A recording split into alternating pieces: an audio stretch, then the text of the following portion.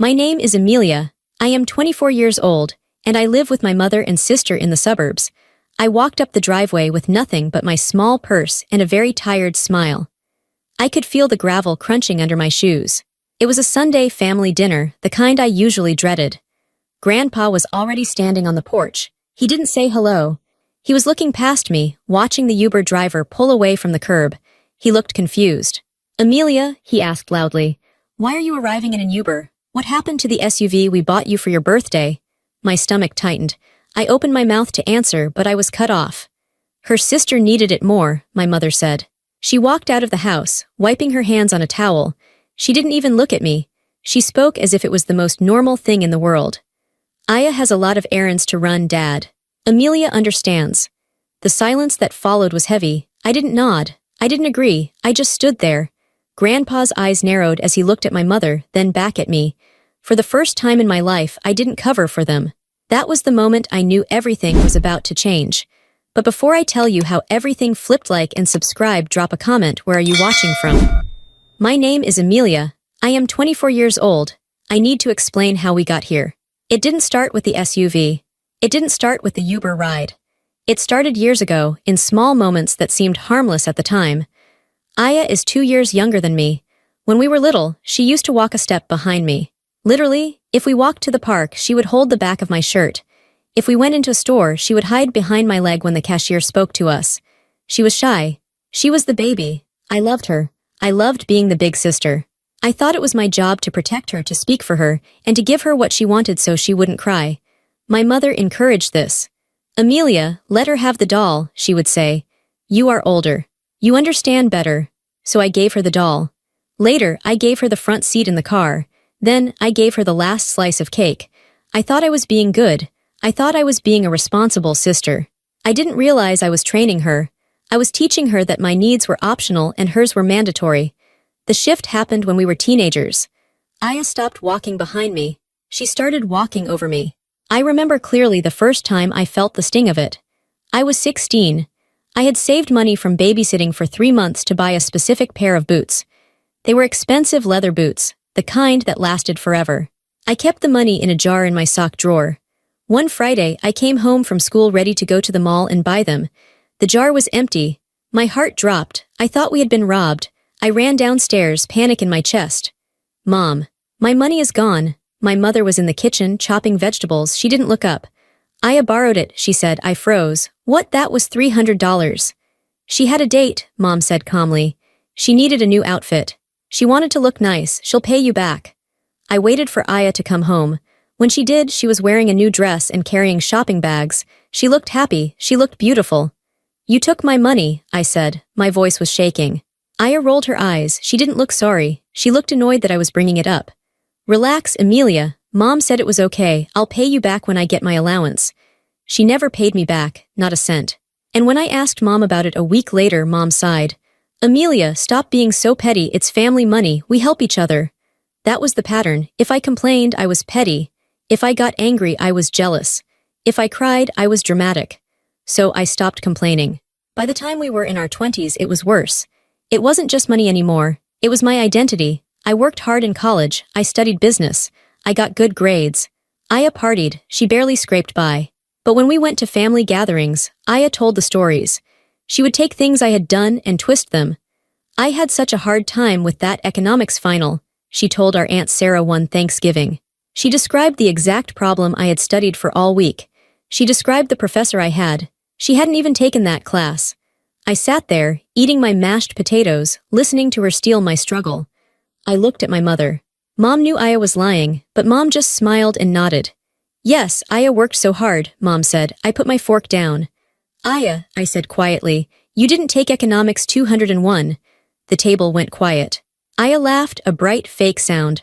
"Oh my God, Amelia, you always have to fact-check everything. You know what I meant. I meant we're stressed about school." Then she looked at the rest of the family. "Amelia is so serious all the time. She doesn't know how to tell a story." Everyone laughed. They laughed with her. They thought she was charming. They thought I was the boring, uptight sister. I loved her too much to see what she was doing, or maybe I was just too scared to admit it. I didn't want to lose my sister. I didn't want to be the bad guy. But Aya loved the fact that I didn't see it. She relied on my silence. My silence was the foundation of her personality. She stood tall because she was standing on my back. She borrowed clothes and returned them stained, or never returned them at all. I would find my favorite sweater balled up in the back of her car, smelling like smoke. "Oh, that old thing," she would say. "I was doing you a favor taking it. It's out of style anyway." She gaslit me constantly. She made me feel like my possessions were burdening her. But the worst part wasn't the clothes or the money. It was the emotional theft. When I went through a bad breakup, I cried in my room for 2 days. Mom told me to pull it together because we had guests coming. 2 months later, Aya had a fling with a guy for 2 weeks. When they ended it, she wailed in the living room for hours. Mom sat with her, stroking her hair, bringing her tea. "Poor baby," Mom cooed. "He didn't deserve you." I watched from the doorway. I felt a cold lump in my throat. "Mom," I said, "when Dave and I broke up after 2 years, you told me to be quiet." Mom looked up, irritated. "This is different, Amelia. Aya feels things more deeply than you do. You are strong. You can handle it. Aya is sensitive." That was the label they gave me. Strong. It wasn't a compliment. It was an excuse. Because I was strong, I didn't need comfort. Because I was strong, I didn't need new things. Because I was strong, I could handle the injustice. Because Aya was sensitive, she needed everything. She needed the attention, the money, the new clothes, the comfort. My strength became my punishment. Her weakness became her currency. I accepted this role for years. I thought if I just worked harder, if I was just nicer, eventually they would see me. Eventually they would say, "Thank you, Amelia, you are good." I was wrong. They didn't want me to be good. They wanted me to be useful. And nothing proved that more than the day I got the SUV. The SUV was supposed to be mine. It was a clear, direct gift. There was no ambiguity. It was my 26th birthday. Grandpa had called me a week before. "Amelia," he said in his gruff voice, "I'm proud of you. You finished your certification. You've been driving that old sedan since high school. It's time for an upgrade." Grandpa was the only one who seemed to see me. He didn't live with us. He lived in a large house about 30 minutes away. He was old school. He believed in hard work and rewards. He didn't like handouts. He bought a brand new white SUV. It had leather seats. It had a sunroof. It was beautiful. He gave me the keys at a small lunch he hosted. "This is for you," he said. "You earned it. Drive it safely." I remember holding the keys. They felt heavy and cool in my hand. I felt a surge of pride. For the first time in a long time, I had something of value that was just mine. I drove it home that afternoon. The smell of new leather filled the car. I felt like an adult. I felt respected. When I pulled into the driveway of our family home, where I was still living to save money for a down payment on a house, Mom and Aya came out. Aya's eyes went wide. She walked around the car, running her hand along the white paint. "Wow," she said, "this is nice." "Grandpa bought it for me," I said, unable to hide my smile. Mom looked at the car, then at me. She didn't say congratulations. She said, "It's very big. Are you sure you can handle a car this size, Amelia?" "Yes, Mom, I can handle it." "Well," Mom said, "don't scratch it." I parked it in the garage. I locked it. I went inside and put the keys in my room. The next morning, I woke up early to go to work. I showered, got dressed, and went to grab my keys from the hook by the door where we kept all the car keys. My keys weren't there. I frowned. I checked my purse. I checked my room. Nothing. I went into the kitchen. Mom was drinking coffee. "Mom, have you seen my keys? The keys to the new SUV." Mom didn't look up from her phone. "Aya took it." I stopped. My brain couldn't process the sentence. "What?" "Aya took the car," Mom repeated casually. "She had a job interview downtown. Her car has been making that funny noise, remember? She couldn't risk breaking down. She needed to make a good impression." "But, it's my car," I said. "It's brand new. Grandpa gave it to me yesterday." "Amelia, don't be selfish," Mom snapped. She finally looked at me. "Your sister is trying to get a job. This is important for her future. You can take the bus or call a cab. You have a steady job, you're fine." "She didn't even ask me," I said. I felt the heat rising in my face. "I gave her permission," Mom said. "I am your mother." I decided it was best. I had to take an Uber to work that day. I was late. When I came home, the SUV was in the driveway. It was parked crooked. There was a fast food wrapper on the passenger seat. The gas tank which Grandpa had filled was half empty. Aya was on the couch watching TV. "You took my car," I said. "Yeah," she said, eyes on the screen. "It drives really smooth. But the Bluetooth is tricky to connect."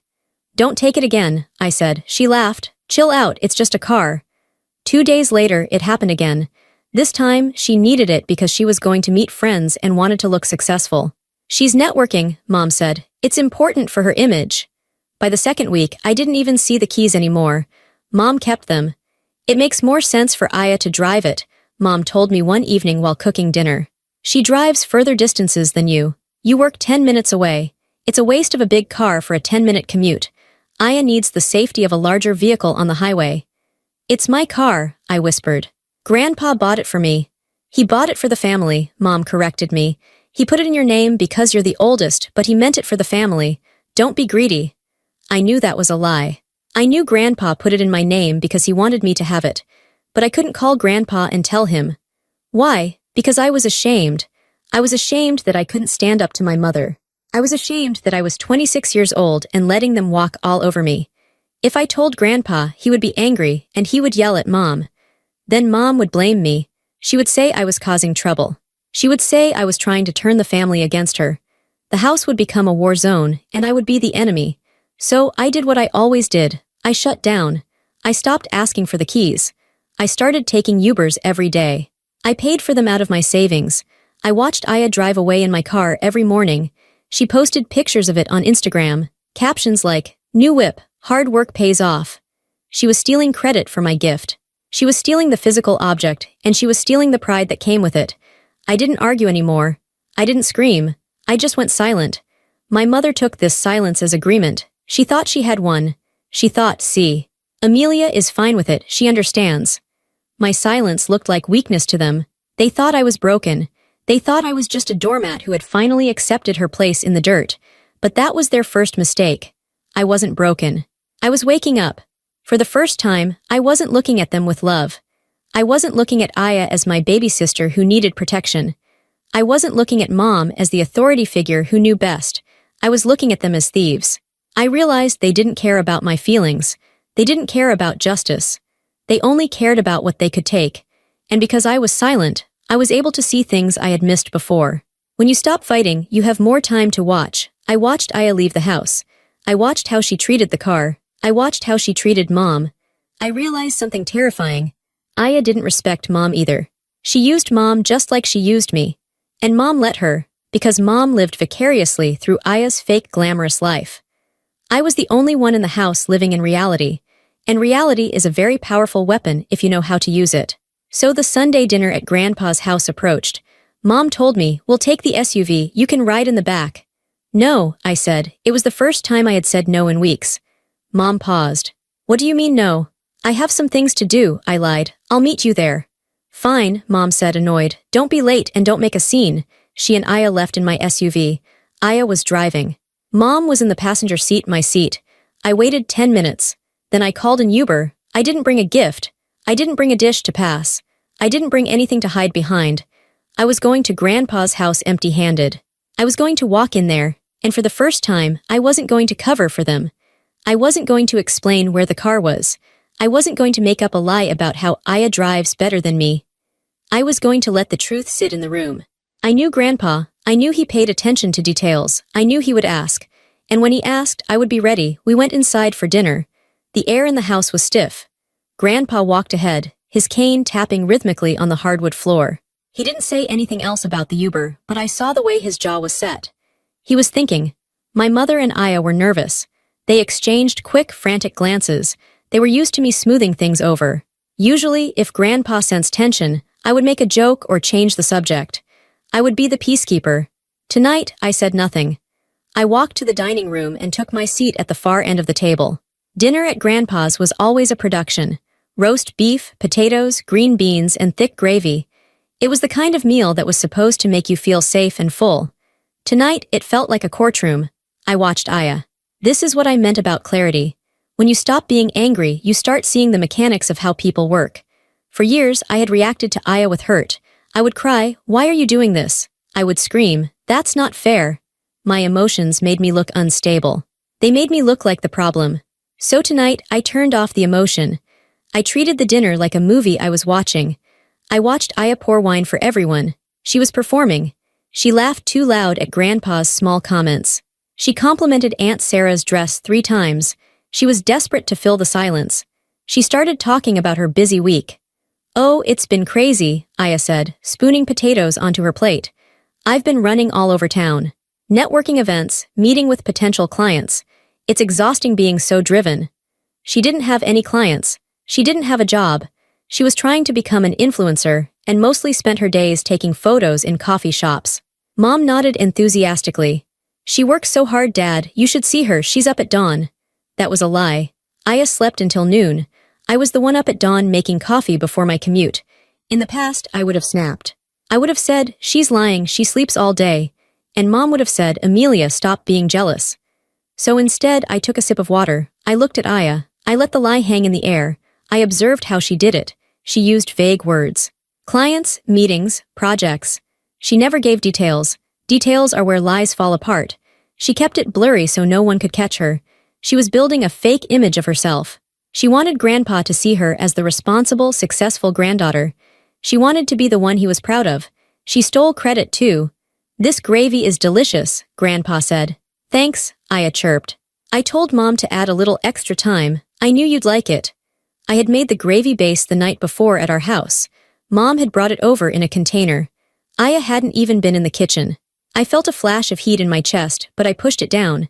Let her have the gravy, I thought. Small victories for small people. I was playing a longer game. I realized that revenge isn't about screaming. It isn't about flipping the table. Revenge is patience. It is waiting for the other person to make a mistake.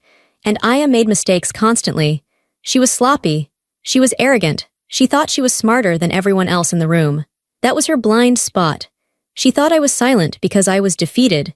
She didn't know I was taking notes. I noted how she avoided eye contact when Grandpa asked about specific dates. I noted how she checked her phone under the table. I noted how she kicked Mom's foot when the conversation got too close to the truth. Every lie was a brick she was stacking on a wall that was already leaning. All I had to do was wait for gravity to do its job. I looked at Grandpa. He wasn't eating much. He was watching Aya too. He was nodding, but his eyes were sharp. He was a businessman. He had built his wealth by reading people. For years, Mom had shielded Aya from his scrutiny. But tonight, the shield was gone because I wasn't holding it up. The silence I offered was dangerous. It forced Aya to talk more. And the more she talked, the more she trapped herself. Aya's biggest weakness wasn't her laziness or her greed. It was her desperate need for Grandpa's approval. She didn't care what I thought. She didn't really care what Mom thought, because she could manipulate Mom easily. But Grandpa was different. Grandpa held the power. He held the money. And deep down, Aya knew he was the only one she couldn't fully fool. That made her try harder. It made her reckless.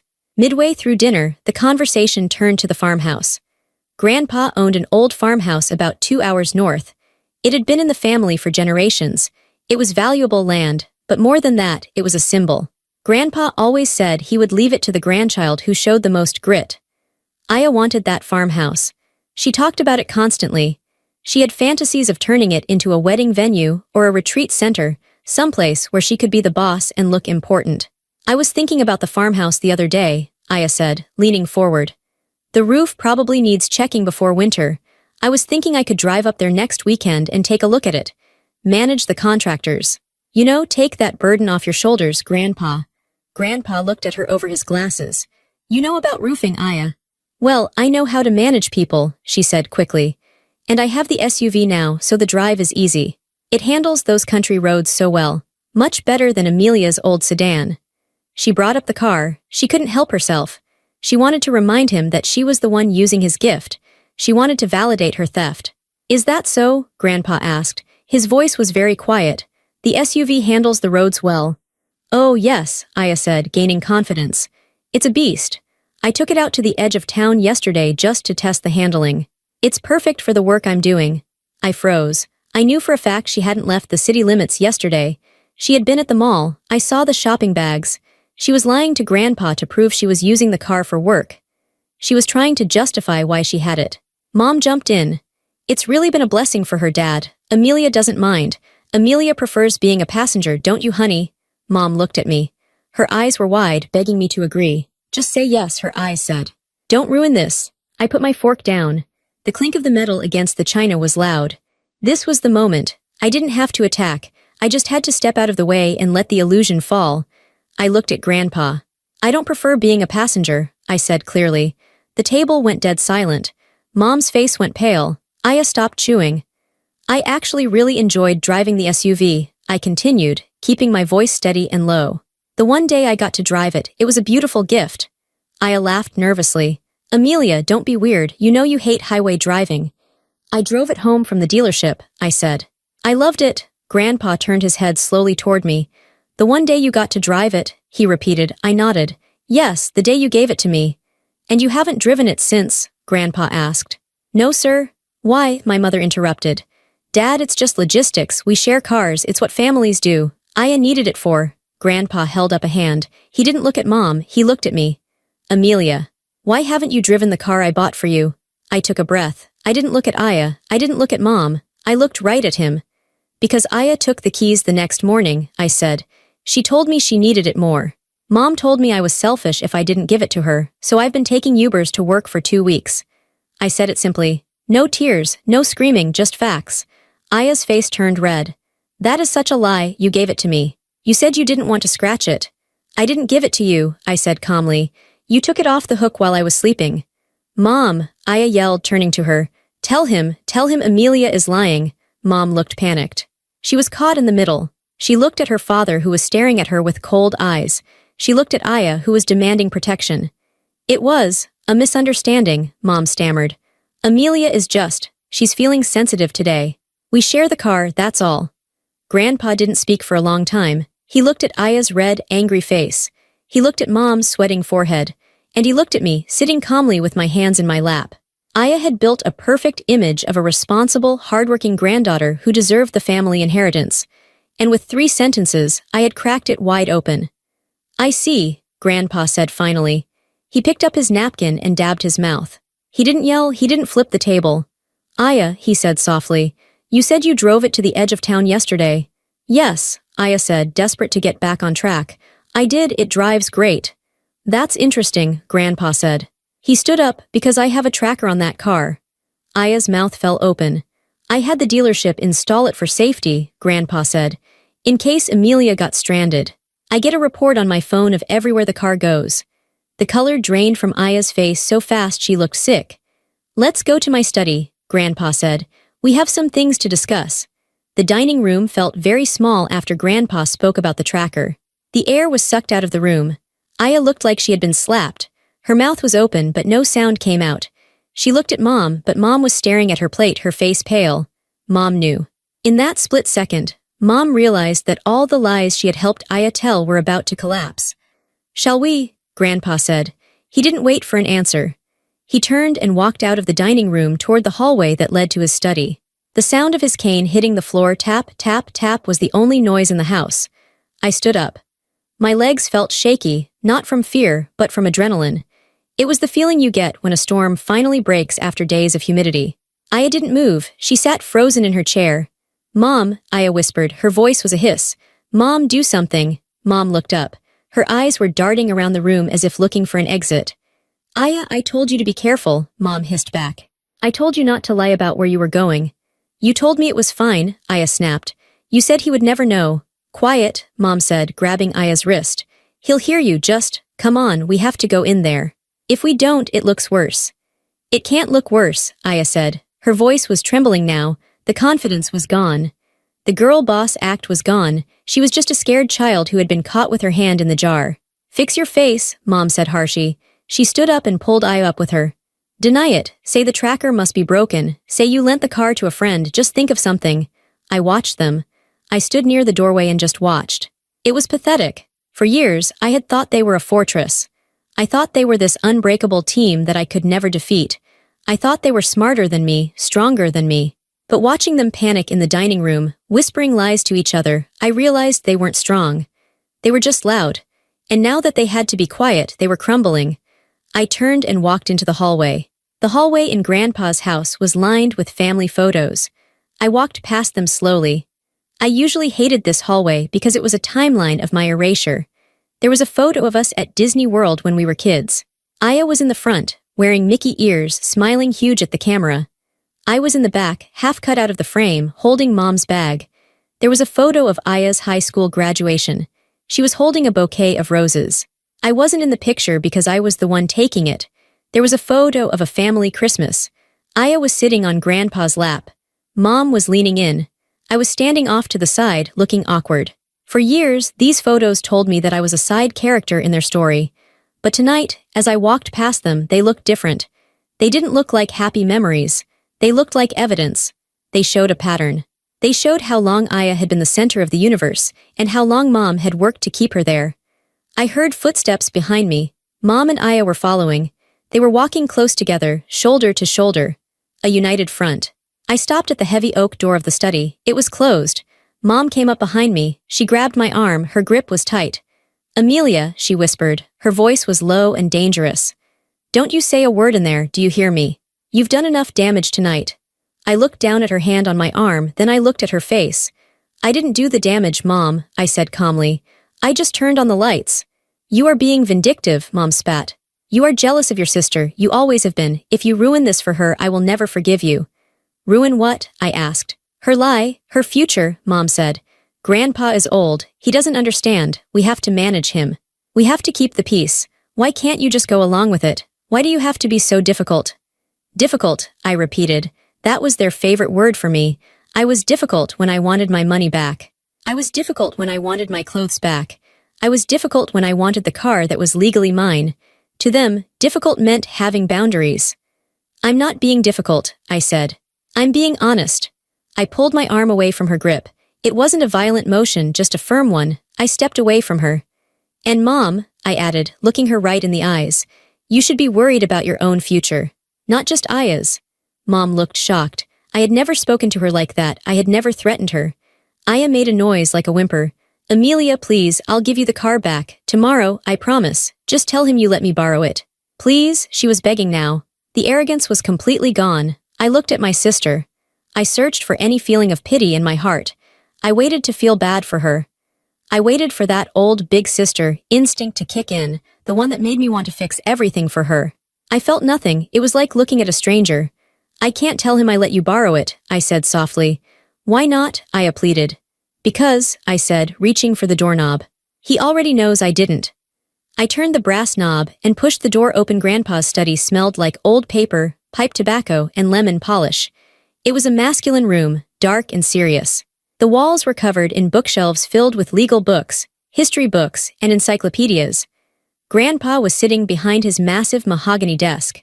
The green banker's lamp was on, casting a pool of light on the desktop. The rest of the room was in shadow. He didn't look up when we walked in. He was looking at his phone. "Sit down," he said. There were 2 leather armchairs in front of the desk. Mom and Aya took them immediately. They sat on the edge of the seats, back straight, like students in the principal's office. I didn't sit. I stood near the door, leaning against a bookshelf. I felt safer standing. I wanted to see the whole room. "Close the door, Amelia," Grandpa said. I clicked the door shut. The sound was final. Grandpa put his phone down on the desk. He took off his glasses and rubbed the bridge of his nose.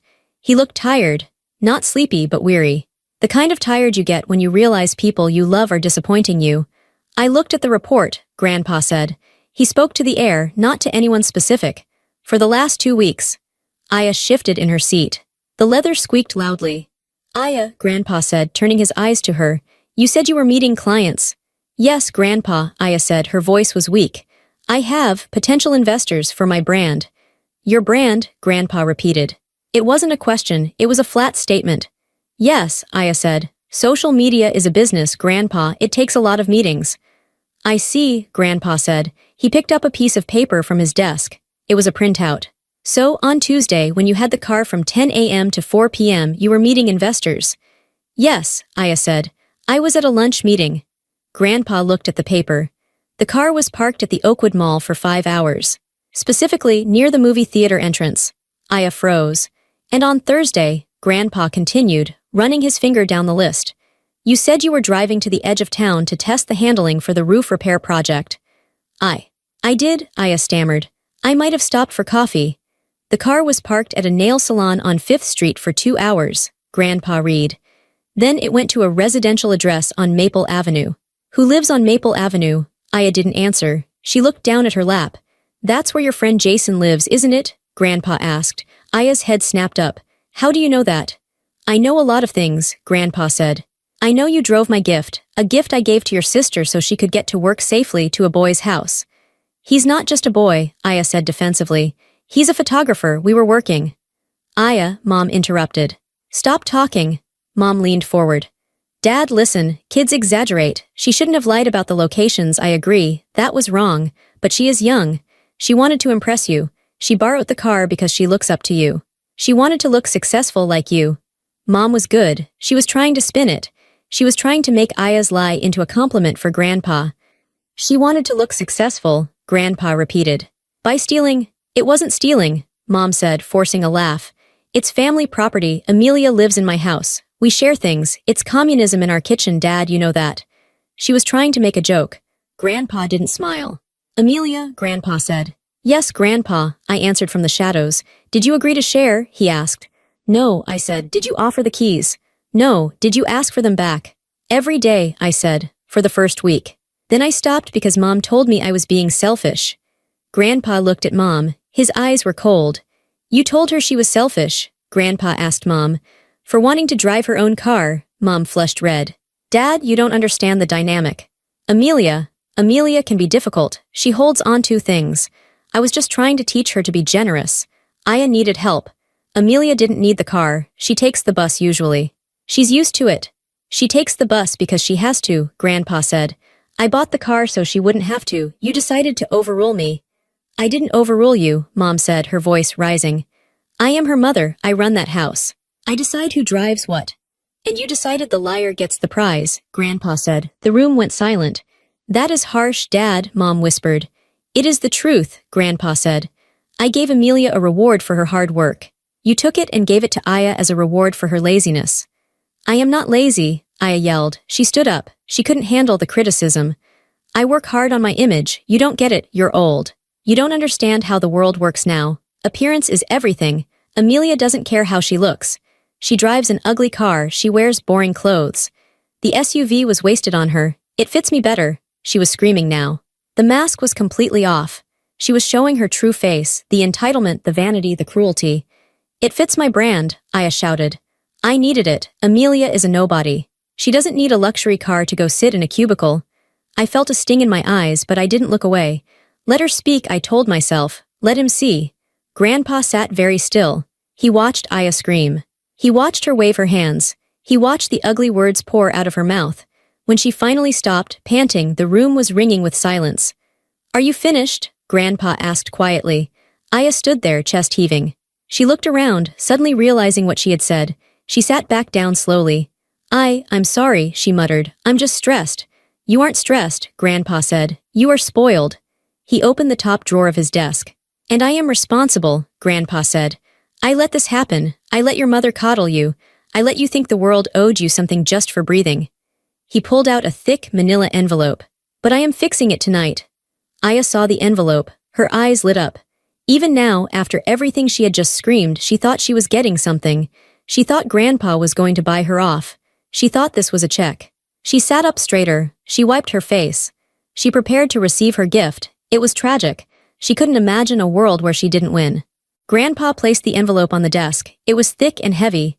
Do you know what this is? He asked. Aya leaned forward. Is it for the business? She asked hopefully. Mom looked at the envelope and I saw her face change. She recognized it. She knew what was inside. She put her hand over her mouth. Oh no, Mom whispered. Dad, don't. What? Aya asked, looking at Mom.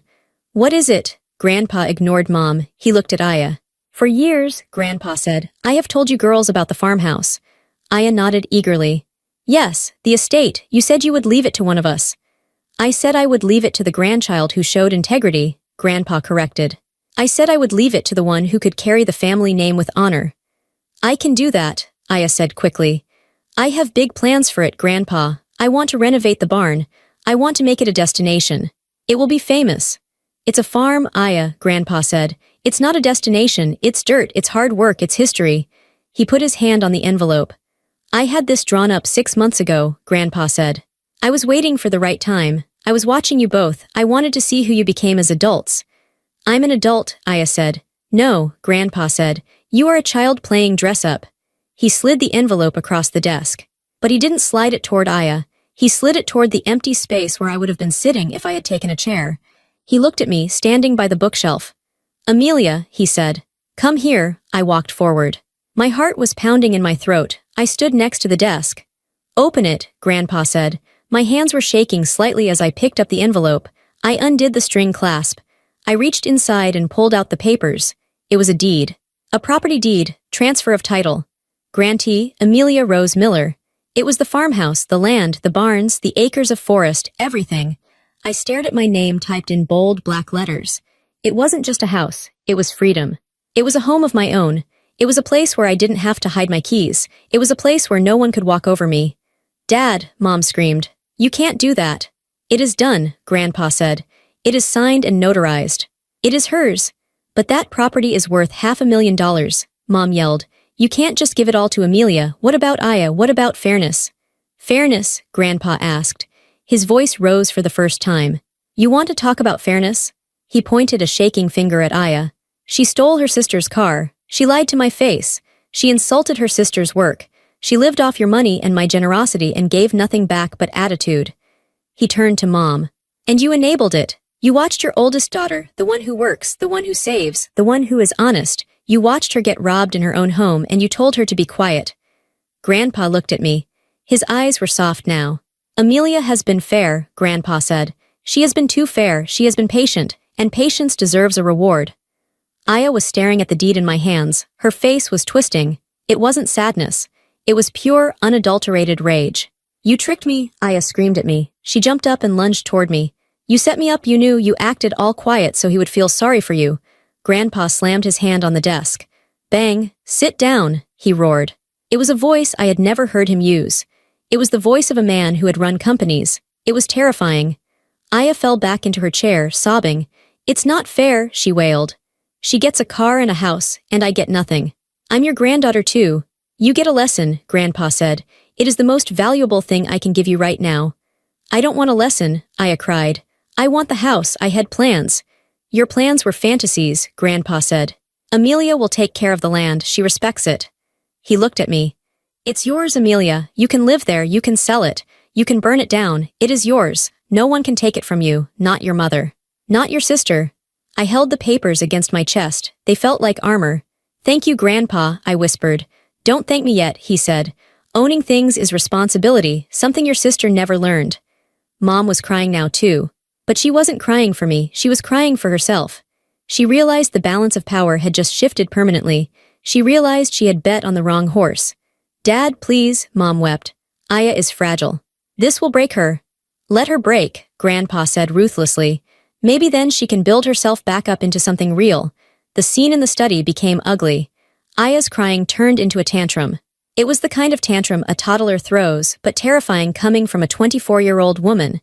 She accused everyone. You always hated me, she screamed at Grandpa. You never defended me, she screamed at Mom. You stole my life, she screamed at me. She couldn't accept that her actions had consequences. In her mind, she was the victim. She was the princess who had been denied her crown. I watched her, and for the first time I understood her completely. She was empty. She had spent her whole life filling herself up with other people's attention, other people's money, other people's praise. She had no core. Without the validation, she collapsed. Mom was trying to hug her, but Aya pushed her away. Get off me, Aya yelled. You said you would fix it. You said Grandpa would give it to me. Mom looked at Grandpa, pleading. Dad, look what you're doing. You're tearing the family apart. Grandpa stood up slowly. He walked around the desk. He stopped in front of Mom. I didn't tear it apart, Grandpa said. I just removed the rot. He looked at Mom with disappointment that seemed to age him 10 years in a moment. You failed them, he said to Mom. You failed Aya by never telling her no. And you failed Amelia by never telling her yes. Mom sobbed, burying her face in her hands. Grandpa turned to me. He put a hand on my shoulder. His hand was warm and heavy. Amelia, he said, do you have your keys? No, I said. Mom has them. Grandpa looked at Mom. Give her the keys. Mom looked up, her face streaked with mascara. She fumbled in her purse. Her hands were shaking. She pulled out the shiny key fob to the SUV. She held it out. She didn't look at me. She looked at the floor. I took the keys. Aya has your purse in the car, Mom whispered. And her jacket. She can get them, Grandpa said. Amelia is leaving. Now, Mom asked. But we came together. Amelia is leaving alone, Grandpa said. You and Aya can call an Uber, see how it feels. Aya looked up, her eyes puffy and red. You're making us take a taxi. Yes, Grandpa said. And I suggest you pay for it yourself. I looked at the deed in my hand. I looked at the keys in my other hand. Go, Grandpa said to me gently. Drive safely. Go home, pack your things. You can move into the farmhouse tonight if you want. The heat is on. There is food in the pantry. Tonight? I asked. Why wait? Grandpa said. Why stay one more night in a house where you are not respected? He was right. I looked at Aya one last time. She was curled up in the leather chair, looking small and defeated. She wasn't scary anymore. She wasn't powerful. She was just a girl who had lost her game. Goodbye, Aya, I said. She didn't answer. She just glared at me with hate, but it was a powerless hate. It couldn't touch me anymore. I looked at Mom. I'll come by tomorrow for my boxes, I said. Please don't touch them. Mom nodded weakly. She knew better than to argue now. Next time someone takes from you, Grandpa said, squeezing my shoulder, come to me first. I will, I said. The weight of 20 years lifted off my back. It wasn't a sudden explosion. It was a slow, steady release. The tension in my neck, the knot in my stomach, the constant feeling of walking on eggshells, it was all gone. I turned and walked out of the study. I walked down the hallway. The photos on the wall didn't bother me anymore. I walked past Aya's smiling face. I walked past the memories of my exclusion. They were just pictures now. They were the past. I walked out the front door into the cool night air.